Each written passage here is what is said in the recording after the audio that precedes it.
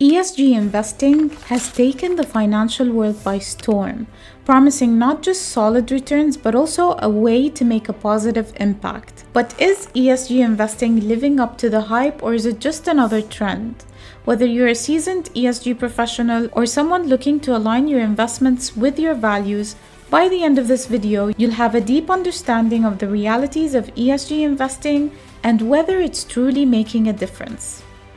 Hi everyone, my name is Tasneem Bakri and I simplify sustainability for businesses, consultants and advocates with clear, actionable strategies. Today, we're diving into ESG investing, which is a movement that's reshaping how we think about investing and corporate responsibility. First, let's break down ESG. Environmental, social and governance. First, the environmental aspects. These include how a company manages its impact on the environment, carbon emissions, waste management, and energy efficiency.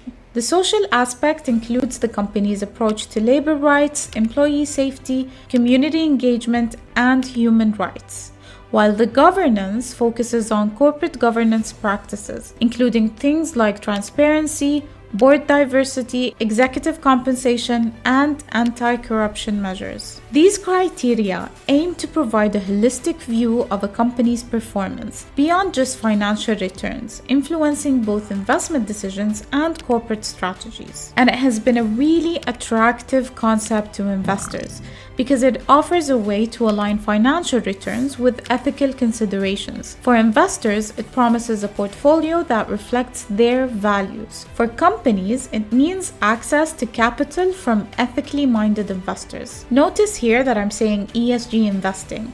Many people confuse impact investing with ESG investing, but they have distinct objectives. Impact investing is all about actively creating measurable social or environmental change. The primary focus is on making tangible impact, like funding renewable energy or affordable housing, even if that means accepting lower financial returns. It's about solving specific problems through investment. In contrast, ESG investing focuses on evaluating companies based on how well they manage environmental, social, and governance risks. The goal is to improve financial performance by investing in companies that manage ESG-related risks responsibly. But financial return remains the priority. ESG investing is not without its challenges. First of all, and this is something we discuss a lot in the field of sustainability, which is lack of standardization.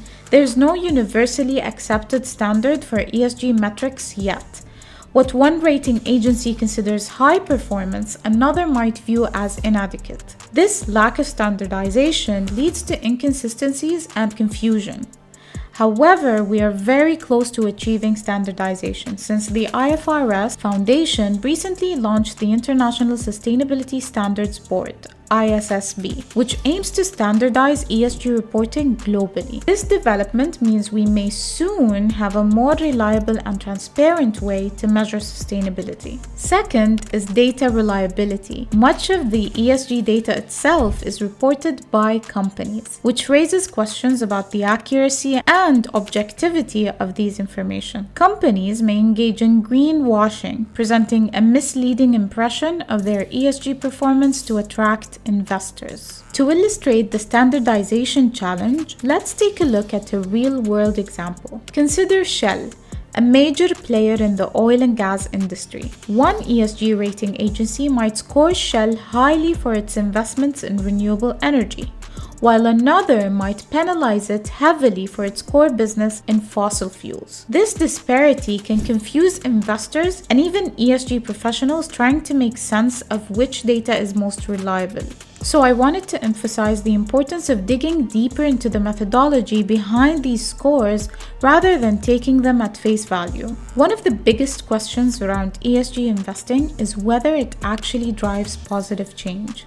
Theoretically, ESG investing should incentivize companies to improve their practices. However, the impact is often diluted by inconsistent data and a lack of accountability. So, whether you're managing a portfolio or advising on corporate ESG strategies, here are some key items you need to keep in mind. Number one, look beyond the label. Don't assume that an ESG label or validation means a company is doing everything right. Understand the specific criteria and methodology used by different ESG rating agencies. Number 2, diversify with purpose.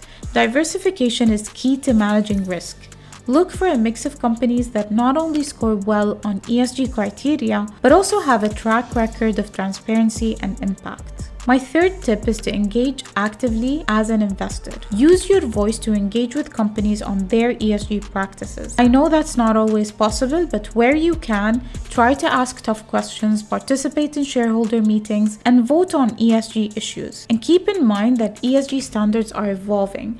You need to also stay informed on the latest developments in regulations, best practices, and industry innovations. Alright, so where is ESG investing heading? The ESG landscape is still maturing. As it grows, we can expect more standardization and better data quality. However, there will always be challenges in balancing ethical considerations with financial performance. As ESG professionals, our role is to push for transparency and hold companies accountable. And if you get to work with investors, make sure you educate them on making informed choices. That's all for this video. Let me know if you want to see more about ESG investing. And if you found this video insightful, please like and share. And don't forget to subscribe to my channel for more expert insights into sustainability and ESG. Also, drop a comment below with your thoughts on ESG investing. If you are investing in ESG funds, how do you navigate the challenges of ESG ratings? I'd love to hear from you. See you next time.